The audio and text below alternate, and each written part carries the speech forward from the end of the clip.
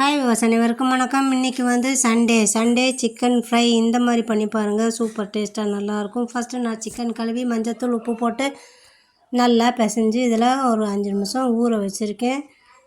இதுக்கு வந்து நீங்கள் தேவையான பொருள் வந்து நான் சிக்கன் மசாலாத்தூள் கொஞ்சம், அப்புறம் சிக்கன் பெப்பர் மசாலாத்தூள், இந்த மாதிரி 2-3 வெரைட்டி சேர்த்து நான் இதில் போடுறேன். இது வந்து சிக்கன் பெப்பர் மசாலா.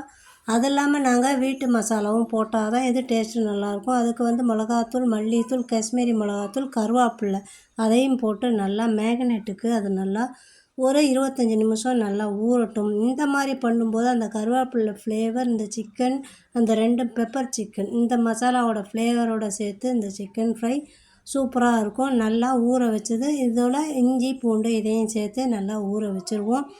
ஊற வச்ச சிக்கனை வந்து இங்கே பாருங்கள் நல்லா மேக்னேட் ஆகி இருக்குது. ஒரு 25 நிமிஷம் அரை மணி நேரம் கழித்து பார்த்தோம்னா நல்லா மேக்னேட் ஆகி நல்லா இருக்கும்.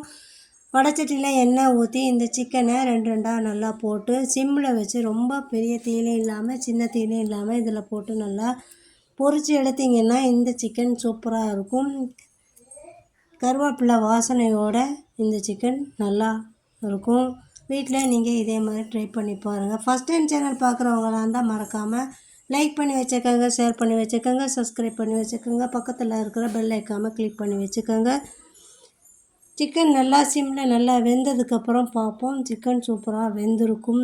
சண்டேனாலே பிள்ளைங்க வர வர இந்த மாதிரிலாம் கேட்க ஆரம்பிச்சிட்டாங்க. அதனால் வீட்டில் நீங்கள் சிம்பிளாக இதே மாதிரி செஞ்சு கொடுங்க. இதே நீங்கள் வெளியில் வாங்க போனீங்கன்னா கொஞ்சம் காஸ்ட் வைஸ் ஜாஸ்தியாகவும் இருக்கும்.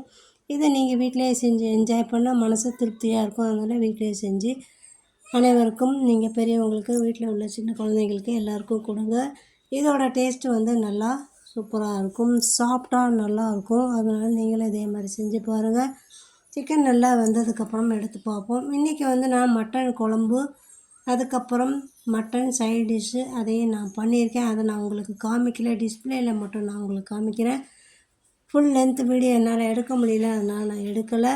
அதனால் சிக்கன் ஃப்ரை மட்டும் நான் எடுத்திருந்தேன், அந்த வீடியோ மட்டும் நான் உங்கள்கிட்ட போட்டிருக்கேன். மட்டன் குழம்போட வீடியோ இன்னொரு வாட்டி நான் போட்டுக்கிறேன். இப்போ பாருங்கள், ஃபைனலாக சிக்கன் ஃப்ரை பண்ணி எடுக்கும்போது சைடில் கருவேப்பிலை போட்டு அப்பவும் ஃப்ரை பண்ணி அதோடு சேர்த்து எடுத்தோம்னா இன்னும் சூப்பராக டேஸ்ட்டாக நல்லாயிருக்கும்.